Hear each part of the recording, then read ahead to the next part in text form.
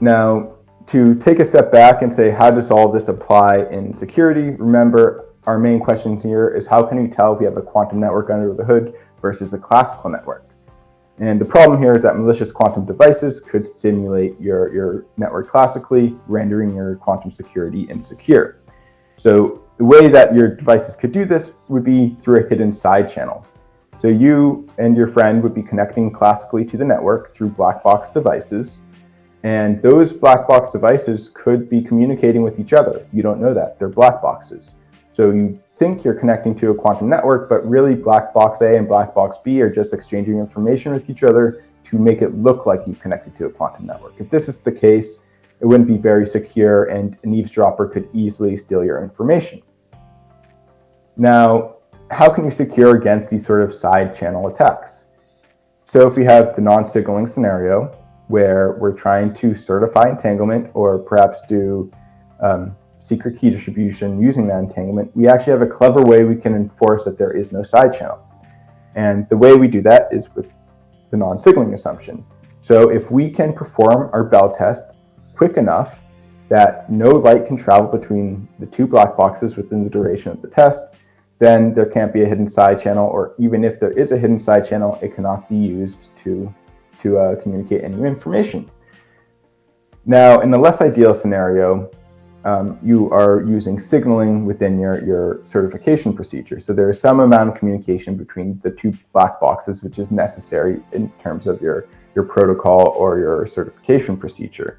So in these cases, in these types of signaling scenarios, your side channel can't really be proven to not exist through device-independent means, because you have communication. So there could always just be a hidden side channel that you aren't aware of that has that communication being sent across it.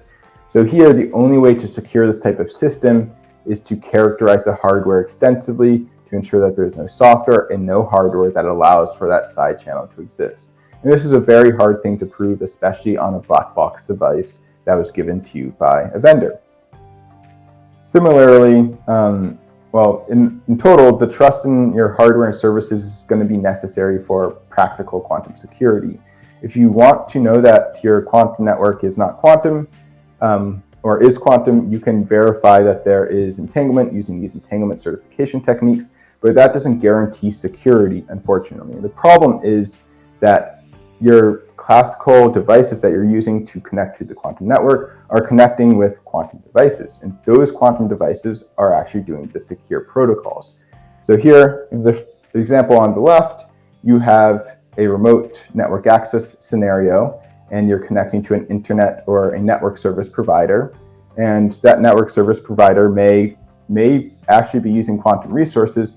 However, they're just sending you back classical information, you're sending them classical information. That network service provider could copy all of the information that you sent, even if it's sensitive data, even if it's secret keys.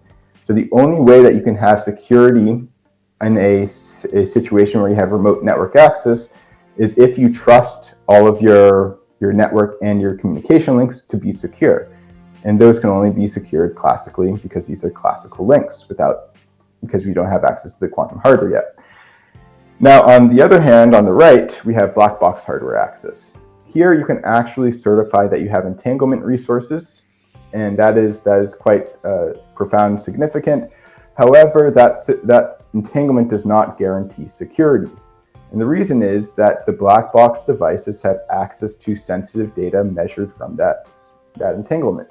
So that data is classical and can be copied before it's relayed back to the user. So in short, the black box devices have the entire secret key as well as the user. So the only way that you can actually use a black box device for key distribution is if you trust that device to be not compromised and to be not malicious. So trust is going to be very important in future quantum networks where you are purchasing components and plugging them into networks. And to verify this trust, we're going to have to work as a quantum networking community of vendors and service providers to build that trust with each other and with our customers. And that'll be very important moving forward in building practical, secure quantum solutions. Now, as we begin building quantum networks and moving towards provable quantum security and entanglement-based quantum networks, we can summarize kind of what our main results or main points are in this talk. So if you have a remote network access system, here you have classical computers connecting to a remote network provider. Security requires that you trust in the quantum network provider. You need to trust that this quantum network is being secure with all of your data, following the best practices of classical data, and also performing using quantum resources to perform those protocols. Now, you can't ever really tell if they're being trustworthy with classical data, so that has to rely on trust. However, a third-party referee or resource certifying body could be used to establish trust in those quantum networks. In this way, it could be very, very important for there to be a regulating body or regulating bodies that are used to verify quantum resources and quantum networks that are being put up by organizations. In the next setting, where we have black box hardware access, security requires that you trust your black box device. You should never try to do a secure protocol on an untrusted black box device, because that device could simply copy your data. So to help build trust in these devices, you first and foremost should have trust with the vendor. However, you can verify that the quantum resources on the device and the functionality of the device are actually quantum. And you can do this using self-testing techniques that are based on non-classicality. And there's a wide range of approaches you can use to certify measurements or state preparations or operations. So you really can characterize what your device is doing in a device-independent way, which is very interesting. However, my original point is that you might not be able to, and you won't be able to guarantee the security of it. So to have secure devices in the black box setting, you need to have trust in your vendor. Then finally, the most secure way to access a quantum network is through white box hardware access.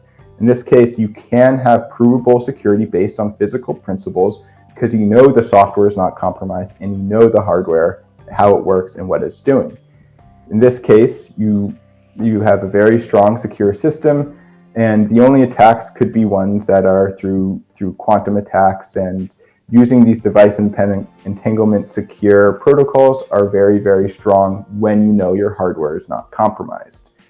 Now, that is also still a very difficult task to do, because suppose you manufactured a device, how do you know that someone hasn't tampered with it? So there's always a little bit of distrust you might have in your system based on the software and the hardware not fully being characterized.